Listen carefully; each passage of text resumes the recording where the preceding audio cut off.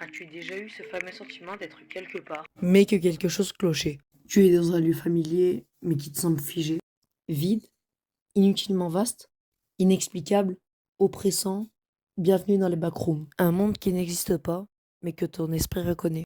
Juste avant que la vidéo commence, je voulais juste vous dire que pour bien vous plonger dans l'univers des backrooms, vous devez croire comme si c'était réel. Bonne vidéo.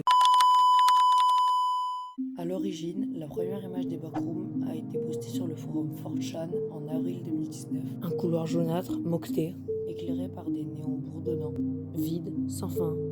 Quelqu'un a écrit « Si vous ne faites pas attention et que vous vous éloignez trop de la réalité, dans la mauvaise zone, vous finirez dans les backrooms. » Les backrooms sont une légende urbaine d'internet, mais pour beaucoup, c'est bien plus que ça. Un monde parallèle, un endroit où le temps n'existe pas, un piège mental, fait d'espaces sans logique, de niveaux infinis et de choses qui t'observent. Dans les backrooms, chaque niveau peut être différent. La chose la plus dangereuse dans les backrooms, ce sont les monstres. C'est pas les monstres comme on a l'habitude de croiser dans les histoires, c'est ça. Certaines entités sont hostiles, d'autres neutres, voire utiles. Le faceling, être sans visage, souvent passif, mais certains sont hostiles.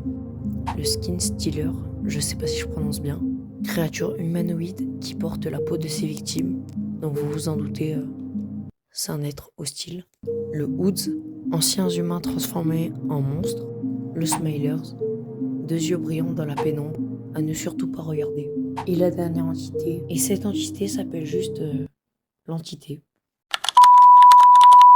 Une liminal space est un lieu de transition, un parking vide la nuit, un couloir d'hôtel sans personne, une école vide pendant l'été. Ce ne sont pas des endroits conçus pour y rester, mais des endroits conçus pour y passer.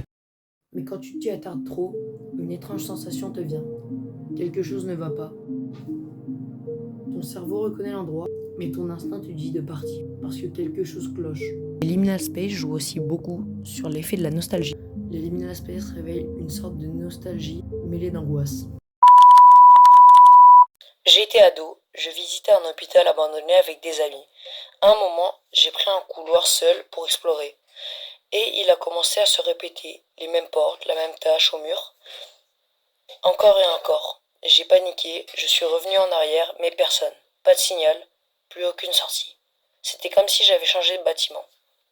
Étant enfant, je jouais dans le salon. J'ai posé le pied vers le canapé, et là, j'ai eu la sensation de chuter. J'ai vu un couloir jaune, vide, pendant une fraction de seconde. Puis j'étais de nouveau dans mon salon. Personne ne m'a cru. Un jour, je suis entré dans l'ascenseur dans mon immeuble pour aller au 4e étage. J'ai appuyé, mais l'ascenseur n'a jamais ouvert. Le compteur s'affichait 4, puis 5, puis 6, puis 4, encore et encore. Quand la porte s'est enfin ouverte, ce n'était pas mon étage. Il n'y avait plus aucun bouton pour revenir en arrière. Je suis redescendu par un escalier qui ne ressemblait pas du tout à l'immeuble. Tout était gris, vide, silencieux. C'était une horreur.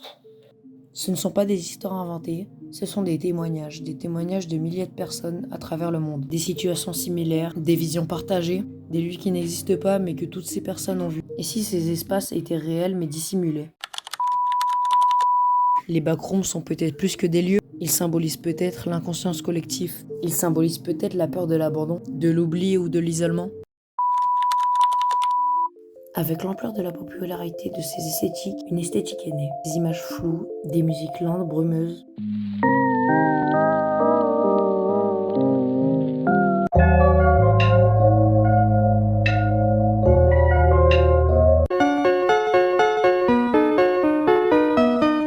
Dans 50% des cas, vous avez déjà entendu ces musiques.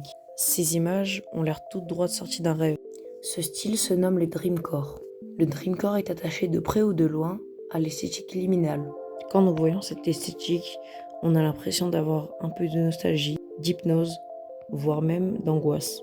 On regarde, on écoute, on essaie de comprendre. Plus on réfléchit profondément, plus l'angoisse nous frappe.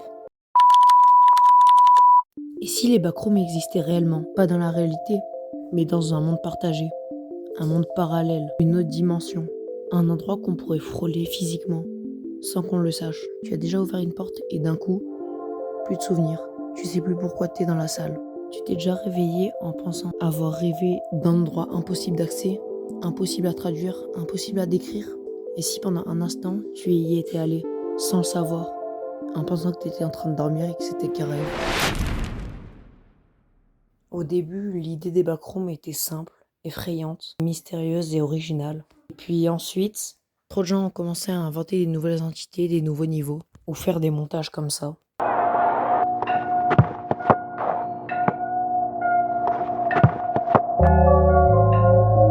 Résultat, il n'y a plus de mystère dans les backrooms. Les backrooms ne sont peut-être pas réels, mais elles évoquent des sentiments bien à elles. Mais elles nous révèlent bien d'autres peurs, comme la peur de l'abandon. Bon, j'espère la vidéo vous aura plu. Si ça vous a plu, n'hésitez pas à vous abonner et mettre un like. Je suis un peu dégoûté que la vidéo n'ait fait que 5 minutes. J'ai fait pourtant 5 heures de montage. J'ai vraiment charbonné sur cette vidéo. Donc, mettez un like, s'il vous plaît. À la prochaine. Ciao. Le monde change d'autour, tout autour de nous. Le monde change d'autour parce que c'est